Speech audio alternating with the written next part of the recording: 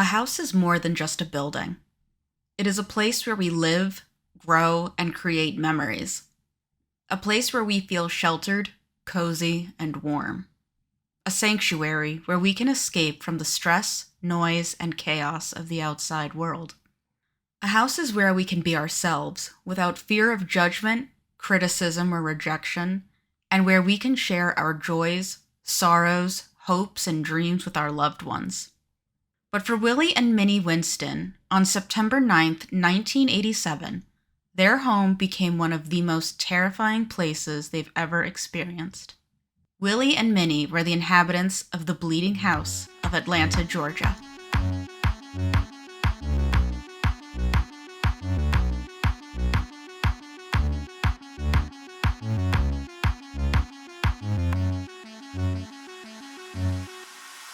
Hello everyone, and welcome to Wicked Encounters, where we explore just what goes bump in the night.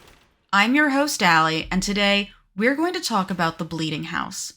The Bleeding House, located at 1114 Fountain Drive in Atlanta, Georgia, was an international phenomenon, with reporters, paranormal investigators, psychics, and the like flooding to the small house and its two elderly occupants in droves.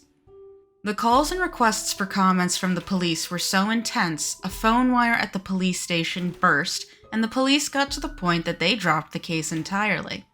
But why? What happened to make the small brick house so famous? Well, it all began when the walls became wet with blood on September 9th, 1987. Willie and Winnie Winston were an elderly couple who lived alone at 1114 Fountain Drive. William, or Willie, was 79, frail, and had kidney problems, making him need to undergo dialysis, and was on constant bed rest, needing to be taken care of by his wife, Minnie, who was 77, and saw to Willie's needs every day. On September 9th, 1987, Minnie had gone to take a bath after getting Willie all settled in for the night. She finished up, stepped out of the tub at approximately 11:30 p.m., when the tile she stepped on was unusually wet. Looking down, Minnie saw a red substance pool around her foot, bubbling up from the tiles of the bathroom. At first she was confused but not scared, until her thoughts turned to the possibility of the substance being blood and her frail husband. She dashed to Willie's room, passing dime and silver dollar-sized droplets and smears all around her until a geyser of blood shot through the wooden floor. She made it to Willie's room, where she saw her husband snug asleep in bed as she had left him, completely unharmed. Waking Willie up, Minnie told him of the red substance coming from the floor. When Willie was finally able to get up and head into the hall, pools of red had settled on the floor like a red lake. Recovering from their shock, the couple made their way through their home, where they discovered the blood wasn't just in the hall and bathroom, but had swelled up in their kitchen, crawl space, a bedroom, and living room as well. Reluctantly, the Winstons called 911, who, because of the oddity of the situation, contacted the fire department, the police, and EMTs. Soon enough, the entirety of Fountain Drive was full of various emergency vehicles who all tried to understand what exactly was happening. EMTs began their work by, logically, looking over the elderly couple, who informed them that they were not bleeding. The EMT workers confirmed this with a look over of them, checking for any cuts or wounds, and checked over Willie's dialysis equipment to confirm that it was in fact working properly. They found no signs of harm or injury on them. The police had been told that the house was bleeding blood, but the Winstons had advised that there was no body, and could not explain where it was coming from. Detective Steve Cartwright had been the investigator on duty at the time, and asked if anyone could have been inside. Minnie advised that she had locked their doors, and set their security alarm at 9:30 p.m. that evening, 2 hours before she saw the blood begin to spray up from the floors. Upon a thorough investigation, the police confirmed that there was no one else in the home, and when the property managers, father and son both named Alfred Smith, arrived, they checked around further, where there were more bloodstains found beneath the television stand in the basement. The two men searched for any signs of a burst pipe that may have rusted water flood the home, explaining the red liquid, but there were none to be found. Detective Cartwright believed the case to be open and shut. Fact is, houses do not have blood vessels, arteries, or heartbeats. They are brick and mortar. If there was blood and it did not come from the Winstons, then someone put it there. But he believed the so-called blood could be anything. Paint or some kind of rusty fluid, which is where they brought in Brenda Dipple, a blood lab tech. Brenda gathered samples of the fluid to be tested back at the crime lab. The results came back quickly, revealing that the fluid found at 1114 Fountain Drive was blood, and it was human. The police went back to the Winstons. After all, human blood and an elderly couple with one on dialysis? Surely it must be theirs. But it wasn't. Both Willie and Winnie Winston are blood type A, and the blood found from the house? Blood type O. On September 10, 1987, the Atlanta police held a press conference about the home, acknowledging that copious amounts of blood was found, and that it did not come from the couple that occupied the dwelling. With the doors having been locked and the security system armed, it was a mystery as to where the blood came from. But it had to come from somewhere. But where? And how did it get in? More investigators joined the case to bounce ideas as to what was going on with the home and how it bled. One detective brought up the idea that the blood could have been taken from one of the hospitals. He checked various blood banks to see if any of them had noticed supplies missing. But you see, blood at this time was a hot commodity.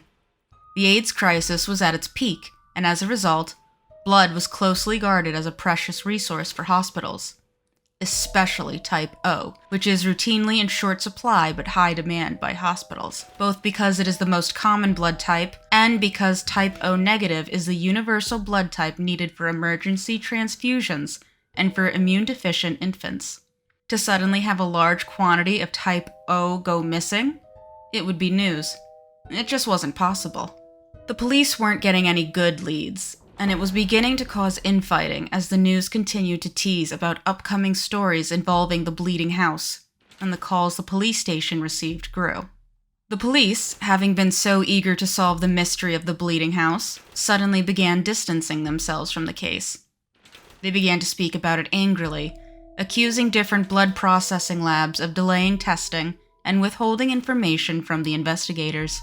Accusations were tossed about the Winstons practicing a ritualistic or sacrificial religion, or that there was perhaps a hidden gang-related weapon inside the home, and that as it was being carried to its hiding place, it dripped blood all throughout the dwelling.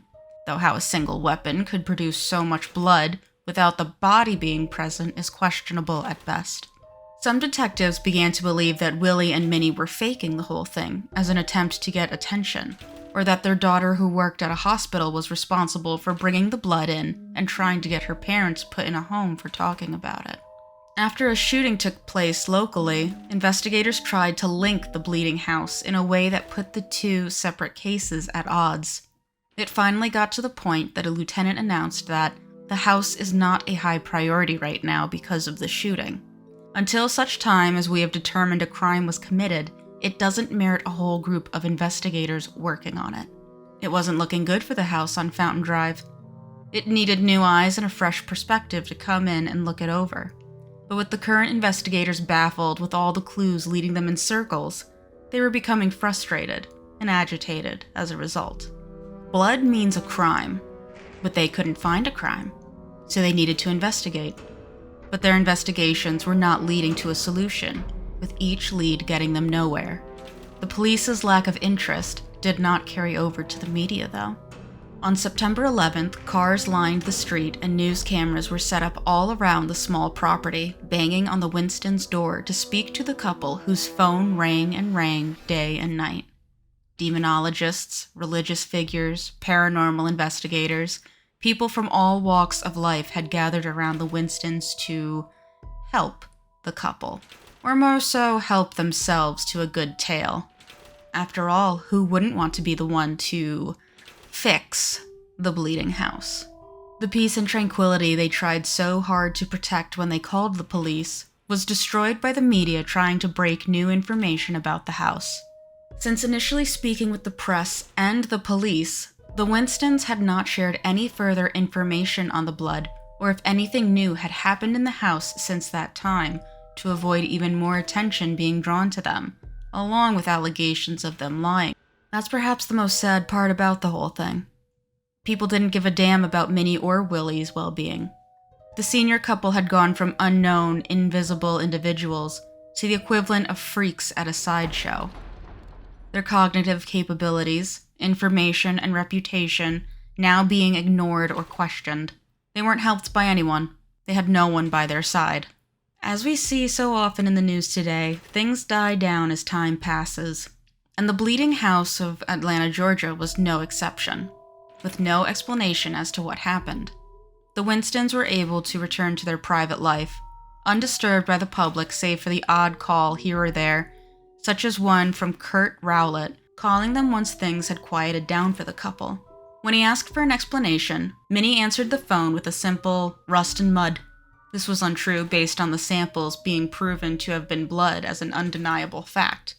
But Rowlett didn't push, asking instead if the house had been haunted, with Minnie just changing the subject. The Winstons never said if the house bled again. The attention and treatment they received from the public was worse than any haunting or supernatural event they could have been subjected to. The house on 1114 Fountain Drive still stands to this day, with new occupants.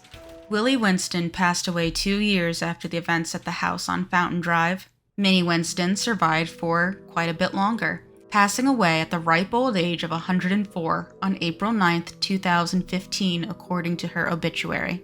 The couple no longer needed to worry about their horrific ordeal, able to rest in peace. But what did happen on the night of September 9th? What made the house bleed? And was it natural or supernatural? What do you think? If you liked this video and want more, consider subscribing and hit the bell notification. I enjoy sharing a good scary story. And if you have anything in particular you'd like to see me cover, well, let me know.